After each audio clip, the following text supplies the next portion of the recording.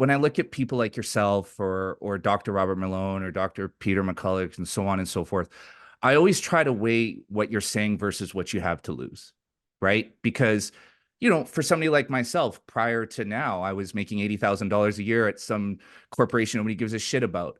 And so I don't really have much to lose doing this, right? And so I don't really expect people to take my word for it. And that's why I talk to people like yourself. But with you, I mean, you had a lot to lose. Can we talk about what you've lost in this journey? Because, I mean, you've railed against everything that the modern left, and I would call them the neo-Marxist left, stands for. And Mm. so what impact has that had on you personally? Uh, um, I mean, sure, I'll talk about it, but again, I don't think that's what's most important, right? Like, as long as I'm alive and the people I love are safe, losing everything isn't really important. So what did I lose? I was deplatformed in June of 2021 for correctly warning that women were having menstrual dysregulation, to say the least, upon receiving mRNA injections. Not only was I deplatformed, and it turned out that that was at the behest of the White House, working with the CDC and the Bureau of the Census, which is scary because they have all my addresses.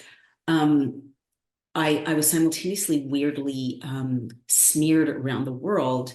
My Wikipedia page changed like overnight. And all the sites that for which I'd been like a columnist for decades or a featured commentator like The Guardian, the New York Times, all reported on me as if I was a crazy conspiracy theorist and stopped, like didn't even respond to my communications. And these are editors that have hired me for decades, right? To write columns, to be a columnist, to give quotes, to appear on their networks.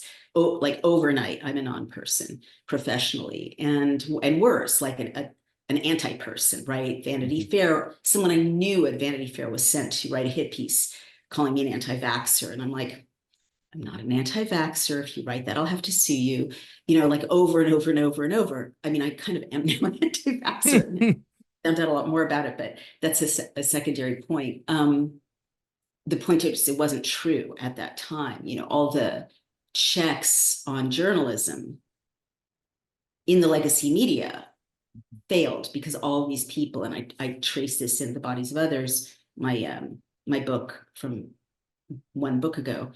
All these news outlets took the money offered by the CARES Act and by the Bill and Melinda Gates Foundation to overcome vaccine hesitancy, meaning to target people like me. For all I know, Naomi Klein's publishers took the money. I really don't know. Like, that money went everywhere, sloshed around to every cultural institution.